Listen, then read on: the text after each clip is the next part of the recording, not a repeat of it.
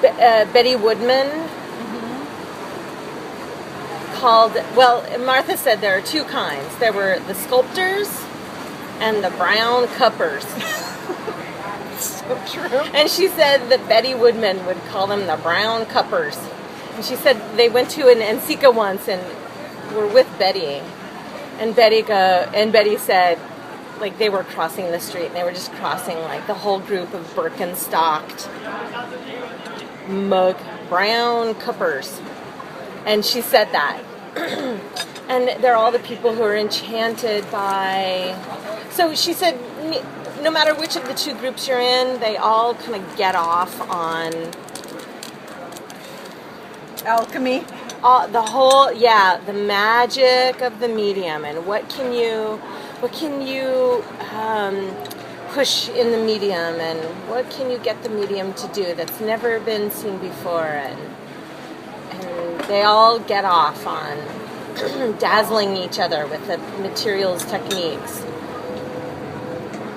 And then they're the ones who make it conceptual, and bridging it into the conceptual means you do that shit that Lawrence Weiner just did. And that was kind of, from my take, that was the first baby step that you take when you want to get away from a material or a medium. You remind people to identify it in a scientist way, an organic chemist way. But then there was that one little uncovered window where you're looking on to the Visa and the MasterCard sign in the shop. Right. And his piece reflected into it. And his text.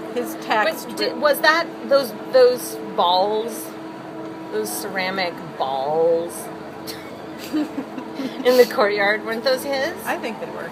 And those were supposed to be that physical manifestation of... Yeah, but think of how many artists right now are doing shiny balls. And his are not shiny. And you would think... I had some shiny balls in my bedroom last weekend. Right? And I did not call them back. Right.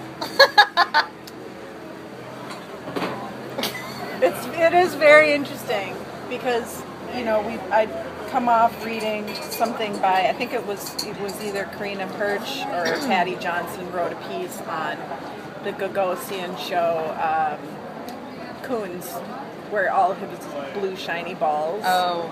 And I could not help but think that was a commentary on a Coons piece. That Weiner,